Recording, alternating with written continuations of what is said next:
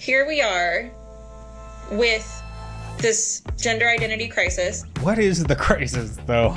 Do you know anybody in crisis? Puberty blockers, gender affirming care. It's very interesting that you mentioned the terminology because, you just change the terms and propaganda and all of a sudden it's all okay. And that seems obvious that would be the next step, is to go for age, because that's the... Obvious to who? Not to me, girl. And if that's obvious to you, that might in fact say more about her. Oh, and I guess if we're talking about the church and priests, but that's again, but that's kind of engaging in the same thing, right? Because we have many documented priests who have engaged in that behavior. That doesn't mean that all priests are like that. And by extension, it doesn't mean that all Christians are like that either.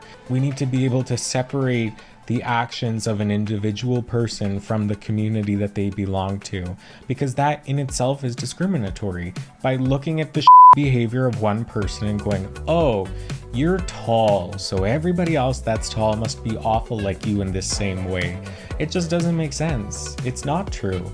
You should have the critical thinking skills. I say that so much on this channel, but it's true. We need the critical thinking skills to actually talk to people. Investigate, ask questions. The human being in front of you could be awful, no matter who they are, where they come from, how tall they are, how much they weigh, what gender they are. But you have to figure that out on an individual basis, and that's hard. And that requires skill that a lot of people aren't willing or even able to acquire. So it's much easier to assign everybody to one label and just kind of toss them out because they don't understand.